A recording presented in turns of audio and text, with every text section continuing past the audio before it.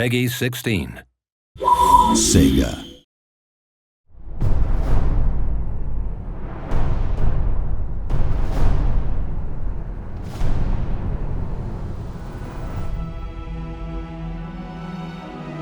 Hello and welcome to the first Let's Play for Total War Warhammer. I'm your friendly neighbourhood community coordinator Joey Dalton, and I am joined by Al the Hatman Bickham. Hello. Who will be driving our battle for us today, and Simon the Man. Hello. So we're going to show you the ambush at the Thundering Falls. You'll be able to play as the dwarfs, as High King Thorgrim Grudgebearer, and you'll be facing off against Knobnail's Backbiter. That's right. Mm-hmm. Yeah. Mm. So we're going to hop right in and talk you through some of the units that you will be playing with. And just a reminder, everything that you see here is pre-alpha footage, so it may be subject to change. March on, brave Dowie! March on! To the cursed realms of the Groby we go. I know not what mischief they cause, but they're up to something, for my beard hitches with trouble. We take the underway. These ancient highways, built by dwarf hands, give us the best chance of approaching swiftly, catching the greenskins unawares. Let us not dawdle, for there are grudges to settle, and new entries in the Dammer's Cron to right. Okay, you can see the dwarfen throng arrayed on the hill here, led by, there he is, High King Thorgrim Grudgebearer himself, actually reading from the Damaz Cron right in front of him, the Great Book of Grudges. Joined by Thane as well. This is one of the agents. This is a melee agent, so he runs around the campaign map, does actions, can be attached to an army and get stuck in with the rest of the dwarves. So they're a very defensive army. As you can see, I mean, they're great artificers. They create these wonderful cannons, which are really, you know, some of the most potent in the old world. So, like the flame cannon here, which spews these kind of superheated packets of oil and tar, doing big splash damage. Organ guns here, kind of repeater cannons, great against massed infantry. Iron Drakes with these big sort of underslung alchemical flamethrowers. Look, they even got beard armour, because, you know, who wants to singe your beard when you've got a flamethrower? It's not good. So, Thunderers here, kind of like Marksman, good armour-piercing ability as well, so, you know, useful against heavily armoured units. And Quarrelers, Crossbowmen as well. Now, Slayers, these guys are pretty cool. Yeah, totally, they're unbreakable, so they're kind of berserkers, effectively. And if you look at the panel on the side here, it says anti-large, so they're useful against the big monsters. So we're going to get those, tore in against those. We've got lots of dwarf warriors as well, who are excellent in melee and, you know, can really, really take a charge really well. As I said, very, very sort of defensive army. So I'm going to get them all set up now. So I'm going to go for a pretty standard defensive formation because we are going to be attacked by waves of greenskins. So, and they're all going to be coming, you know, there's a main kind of force in the distance over there, but we're also going to see them pouring out of these kind of side roads. That they've overtaken a bit of the ancient dwarven stronghold there. But yeah, out of these side roads, they are just going to come wave after wave. So I'm going to stand and defend as best I can. So, right, that's those guys set up. Let's get my ranged chaps on the hill here. Can actually get both my units of Iron Drakes over this side. Because, you know, it may surprise you to hear, I've played this battle once or twice, so I know where they're coming from. Nice. So, is that cheating? It isn't. Okay, good. Excellent. Right, let's... Oops. Although if you lose, it will be egg on your face. Yeah. Oh, yeah. Oh, yes. We won't let you live it down. It won't be the first time. So I'm going to keep those guys in reserve as well. Right, let's get started, actually. Good luck, Al. Thank you. Right, let's do a little bit of early manoeuvring.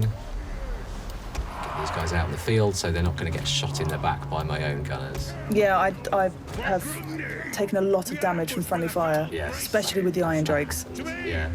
But kind of, as with previous Total War games, it is very much about using the terrain, and that's especially true for the dwarfs, right? Like, all the dwarfs' damage, or most of it at least, comes from their ranged units. They're like cannons, and they're kind of quarrelers, and kind of like all those different, and the thunderers at the Thundering Falls.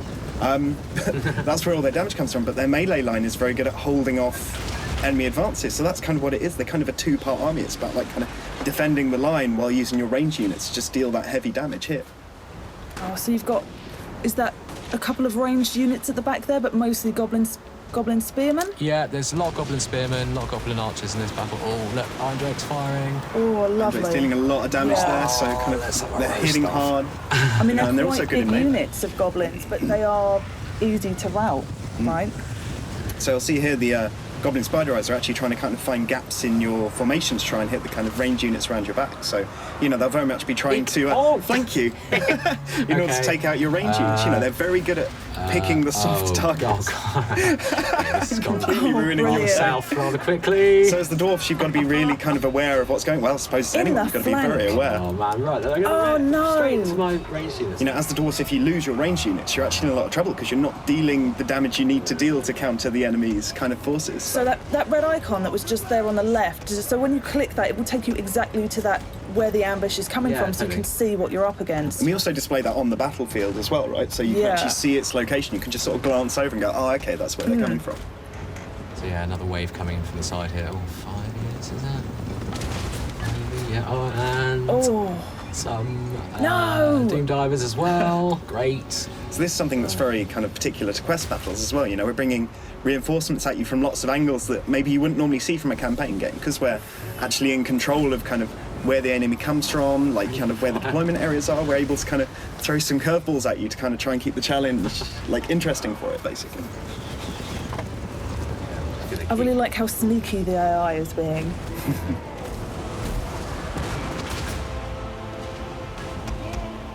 Form these guys back up. Fortunately, I did all right here because even dwarf ranged units are they're pretty heavily armoured, so you can come back as well. I think they were chasing some guys off the field there. Because, these points at the back and the side, they also count as kind of exit points for routers. Well, that's the interesting thing, because for the first time, I think, in a Total War game, you've actually got non-square playable areas, right? Like, you're fighting in the Dwarfen Underway here, and as you can see, it's a kind of long tunnel, but there are points for your units to route out and for reinforcements to come kind of around the map, as it were, so you get some interesting battles. Uh-oh. What's that? From the rear, Al. Oh, hey. Excellent. What's coming in? And it's some trolls. So we've got some trolls lumbering. So trolls are a monstrous unit. And a giant. It's something that Al can really leverage his slayers and actually do a lot of damage if he chooses to. It's Slayer o'clock. Actually, I'm going to bring my Thunderers up as well, because they're quite good armour piercing, and those trolls and that giant are pretty good. Yeah, armour piercing's definitely useful here. But I mean, that info panel on the left-hand side is really useful to see kind of that extra bit of translation if you're not totally familiar with the Warhammer Fantasy Battles universe. That will give you a good indication of what's good against which unit. So the Slayers are anti-large, so Al's putting them in against the giant. Watch this. Whee! I love the way, once again, like the kind of charging stuff, the way units kind of leap in, so the Slayers will kind of leap in with both axes and slice, but the giant's going to be dealing a lot of damage. But since there's so many of the Slayers, they're surrounding him and hitting the giant on lots of different sides, so kind of they're dealing little damage over time, whereas the giant is kind of one massive hit of damage there, with massive knockback. So they're taking damage from it, but they're going to be whittling down its health very quickly. So if Al hovers over it now, you can probably see it's got quite low health. Oh, and it's gone! Down. Look at that. Excellent. Yeah, once again, the character in all the animations is absolutely he's got those routing as well. They're look. They are right up in my Thunderers. This is not good. Right.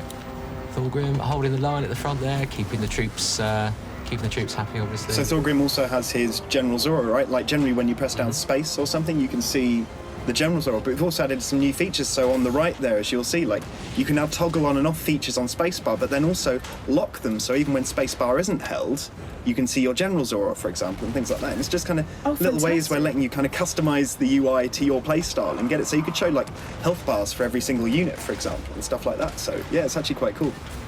Right, looks like the big forces at the distance are on the move as well now. So let's get everybody ready for a big frontal attack. Look, they're still chopping away. Oh, they're going down. Look, they're wavering. They're still 10 of them. Oh, my poor. But your air support has arrived. Ah, fantastic. Let's get over there. Right. So these are some of my favourite Dwarfen units. These are the Dwarfen gyrocopters.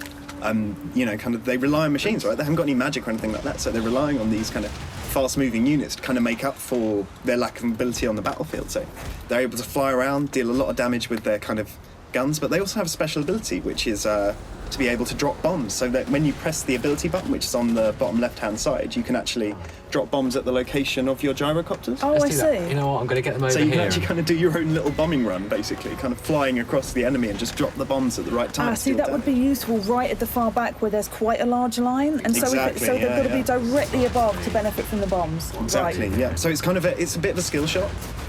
So if you line them up like that, you can see their. You can see the movement icons on the floor there. So if I line them up in a good spot, hopefully they won't. Oh, they've moved. Perhaps they know what's think you're coming. still Let's do that. Let's get down there. Right, grenade time. Off you go. That is satisfying. Oh, I'm going to drop my second load as well. There we are. Look. Yeah, brilliant. That's killed it. That's killed a few of them. That'll knock their morale a bit as well. So, you know, useful. Oh. So from experience with the gyrocopters, it's best to kind of fly behind and shoot from behind a unit. Yeah, it's like generally best to kind of be away and sort of try to target kind of their land units, the units that can't hit you, right? Like anything that's a melee unit's not going to be able to kind of run up and smack you. So you want to stay away from their range, because their range can actually take you down. Like if Al were to leave them all in range of the enemy archers like he's doing right now, like he would actually find that his gyrocopters get routed and killed very quickly, because actually they're quite weak against ranged, right? Like, you know, range units take down flying units, arrows pepper them, you know, they kind of eventually fall, but melee units, you know, there's not really too much counter. What was that orange? Is that a nightshade? And Curse of the Bad Moon. Oh. It's all gone wrong. Oh, it's all gone over there though, so it doesn't look like this. So when Curse of the Bad Moon is cast, of course, it kind of moves in a random direction. So sometimes it works for you, sometimes it won't. Obviously, So at that it's a vortex spell, right? So I see. Okay. There's Knobnails. Look, it looks like he's used his getting magic in. and he's got straight stuck into the in. melee. Wow, this is interesting. Well, he's fighting some routy troops, but He's actually seizing an my opportunity. longbeard's on him, so. So that Arachnarok is still running around dealing damage, similar to the Giant. Like, it's really kind of large damage-dealing unit there, so it's going to be With taking big added jumps. goblins firing down from his back, which is So Thorgrim's helpful. taken damage there, so like as Al can see there, he's got a potion of healing which he can cast on himself. This will give him regen over time, so it'll start kind of regenning some of the health that he's lost in battle. So, you know, kind of timed use of this, because it's a one-use item, right? Like, once you've drunk it, there's no more to drink. Like, so, you know, he's got to pick the right time to use it. Is that the ruby ring? That's actually the fiery ring of Thorry. Oh. So. Awesome. Yeah, so like characters from campaign are picking up these items and are then able to bring them and use them in battle to kind of help fight Awesome. these situations. It's obviously been used to good effect there. I mean, considering there's that bit of narrative that with the named characters, I guess you want to keep them alive, so those health potions are definitely beneficial. Yeah, like it really does help. I mean, as I say, since they're immortal, they're only wounded, but you know, them falling in battle is a big thing, right? Yeah. Like the enemy's going to take a really large morale, like you're going to take a large morale penalty even from them falling. And like, exactly. You know, losing Thorgrim in a battle like this, he's kind of a charismatic leader. You know, the dwarves rely on the discipline and holding together. When he falls, they've kind of lost all that, so keeping him alive is actually very important. Yeah, absolutely. But then he's also a really good damage dealer, so you've got to kind of make that choice between, you know, do I throw him in there where he's going to be useful, or, you know, do I risk him? Do you know what I mean? So you've got to kind of choose between them. But then you've got heroes like the Thane that Al's got there. So, like, you know, the Thane is really good as well. You know, kind of similar power to someone like Thorgrim. If I lose Thorgrim here, I'm going to be in trouble. You will be in a lot of trouble. Get the charge on. There you go, so you can see the Longbeards charging in there. Oh no! Run away, Thorgrim! I love their beard animation. It's just fantastic. They're dusting the ground with their beards as they run. There are some absolutely epic beards going down for the Dwarfen army, I think. Oh, he's got out. Yep, that's good. Oh, and the Arachnarok's going to rout. Let's hope so. So he's just engaged there with the Longbeards and Valor. It's off. The Thane. Yes! So the large take that. in the abdomen. That's Right, I'm going to bring these guys back actually, because I think I sorely need them. How are we doing? So I sent my Iron Drakes over here to start cleaning up these Orc archers that have been peppering me for ages. As you can see, the fire of the Iron Drakes, like really low range, like they're not very, kind of, they can